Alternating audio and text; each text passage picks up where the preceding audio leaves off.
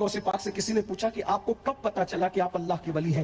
فرمایا جب میں مدرسہ جاتا تھا تبھی مجھے پتا چل گیا تھا کہ میں اللہ کا ولی ہوں۔ کہا وہ کیسے؟ کہا جب مدرسہ جاتا تھا تو میرے ساتھ فرشتے چلتے تھے اور مدرسے میں بچوں کہتے تھے اٹھو اللہ کے ولی کے لیے جگہ خالی کرو۔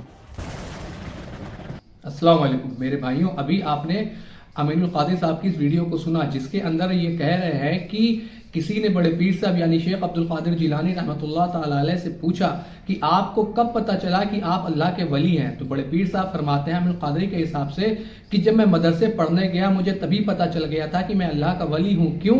کیونکہ میرے ساتھ فرشتے چلتے تھے اور جب میں مدرسے پہنچتا تھا تو فرشتے کہتے تھے لوگوں سے کہ ہٹو اور اللہ کے ولی کو جگہ دو، انہیں بیٹھنے دو۔ تو اب آپ سمجھیں کہ فرشتے جو تھے وہ بڑے پیر صاحب کے ساتھ بچپن سے چلا کرتے تھے اور وہ لوگوں کو نظر بھی آتے تھے۔ میرے بھائیوں، اس شخص نے بڑے پیر صاحب کا نام لے لے کر وہ جھوٹ بولے ہیں، وہ کہانیاں سنائی ہیں کہ آپ بڑے سے بڑے صحابی کی زندگی کو اٹھا کے دیکھ لیں، آپ سیدنا ابوبکر صدیق رضی اللہ تعالیٰ عنہ سے لے کر لاسٹ کے صحابی تک کی زندگی کو اٹھا کر دیکھ لیں، کسی کے ساتھ بھی اس طرح سے معاملات نہیں ہوئے جس طرح یہ لوگ بڑے پیر صاحب کے ساتھ معاملات بتاتے ہیں۔ کیا کبھی سیدنا ابوبکر صدیق رضی اللہ تعالیٰ عنہ نے ارشاد فرمایا کہ جب میں نے اسلام کو قبول کیا تو مجھے اسی وقت پتا چل گیا تھا کہ میں ہی پہلا خلیفہ بنوں گا؟ کیوں؟ کیونکہ فرشتے آ کے کہتے تھے کہ اللہ کے خلیفہ کے لیے جو ہے وہ رسول اللہ صلی اللہ علیہ وسلم کے خلیفہ کے لیے جو ہے جگہ خالی کر دو۔ کہ حضرت عمر نے یہ اسٹیٹمنٹ کبھی دیا؟ کیا عثمان غنی نے کبھی یہ اسٹیٹمنٹ دیا؟ کیا مولا علی نے یہ کبھی اسٹیٹمنٹ دیا؟ کبھی بھی نہیں۔ لیکن بڑے پیر صاحب کے ساتھ یہ سارے معاملات ہو رہے ہیں۔ میرے بھائیوں، یہ تو کچھ بھی نہیں ہے جو ابھی امین القادری نے سنایا بڑے پیر صاحب کے حوالے سے، یہ تو کچھ بھی نہیں ہے۔ اس کی اگلی ویڈیو جب آپ سنیں گے تو آپ دنگ رہ جائیں گے، اور اس پوری ویڈیو کے اندر اتنے زیادہ جھوٹ بولے ہیں ایک ویڈیو میں امین القادری نے کہ سارے ریکارڈ توڑ دیے۔ تو آپ اس ویڈیو کو سنیں۔ ولایت کو چھیننے کا حق رکھیں غوث پاک، جو بھوکے رہیں تو قسمیں دے کر اللہ کھلائے، جو نئے کپڑے نہ پہنے تو قسمیں دے کر اللہ پہنائے، جو پیاسے رہیں تو قسمیں دے کر اللہ پانی پینے کی بات کرے، وہ کون؟ جو 40 سال تک عشاء کے وضو سے فجر کی نماز پڑھے، وہ کون؟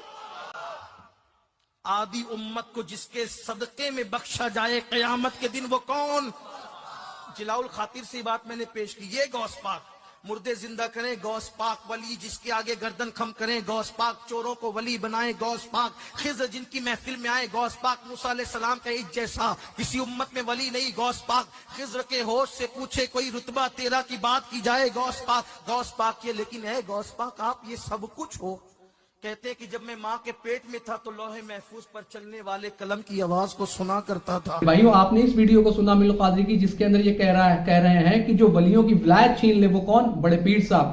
جو بھوکے ہو تو اللہ قسمیں دے کے کھلائے، جو پیاسے ہو تو اللہ قسمیں دے کے پانی پلائے، جو نئے کپڑے نہیں پہنے تو اللہ انہیں قسمیں دے کر نئے کپڑے پہنائے۔ کہتے ہیں کہ آدھی امت جن کے صدقے میں بخشی جائے گی وہ بڑے پیر صاحب۔ کہتے ہیں کہ بڑے پیر صاحب فرماتے ہیں کہ میں ماں کے پیٹ میں تھا تو میں لوح محفوظ کی آواز سن لیا کرتا تھا کہ جب اس کے اوپر قلم چلتی تھی اس کے اندر بہت ساری انہوں نے باتیں کری۔ کہتے 40 سال عشاء کے وضو سے فجر کی نماز پڑھنے والے غوث پاک۔ ٹھیک ہے میرے بھائیوں، یہ جتنی بھی باتیں امین القادری نے اس ویڈیو کے اندر کری، یہ ایک بات اگر ثابت کر دے قرآن و حدیث سے کسی اور کے لیے تو میں اپنا چینل ڈیلیٹ کر دوں گا، امین القادری کے ہاتھ پر میں بیعت کروں گا، میں امین القادری کا مرید بن جاؤں گا۔ یہ ایک بات ثابت نہیں کر سکتا۔ کیا کبھی آپ نے کبھی سنا کہ سیدنا ابوبکر صدیق رضی اللہ تعالیٰ عنہ کو یا کسی بھی دیگر صحابی کو، مولا علی کو، امام حسن، امام حسین کو اللہ رب العالمین نے قسمیں دے دے کر کھانا کھلایا ہو، قسمیں دے دے کر پانی پلایا ہو؟ کبھی آپ نے ایسا سنا؟ کبھی بھی نہیں سنا ہوگا۔ یہ صحابہ کے نام پر جھوٹ نہیں بول سکتے۔ کیوں؟ کیونکہ ان کی زندگی ہمارے سامنے ہے، ان کی زندگی احادیثوں کی کتاب کے اندر، تاریخوں کی کتاب کے اندر محفوظ ہے، ان کی زندگی کا ایک ایک پل ہماری آنکھوں کے سامنے ہے، ہماری نظروں کے سامنے ہے، اس لیے ان کی زندگی پر جھوٹ نہیں بول سکتے۔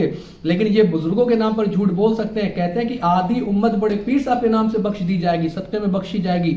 اچھا چلے مان لے کہ آدھی امت بڑے پیر صاحب کے صدقے میں بخشی گئی اور آدھی امت نبی پاک صلی اللہ علیہ وسلم کے صدقے میں بخشی گئی، تو پھر سیدنا ابوبکر صدیق رضی اللہ تعالیٰ عنہ کو کیا بنا؟ حضرت عمر فاروق اعظم کا کیا بنا؟ عثمان غنی کا کیا بنا؟ مولا علی کا کیا بنا؟ امام حسن، امام حسین کا کیا بنا؟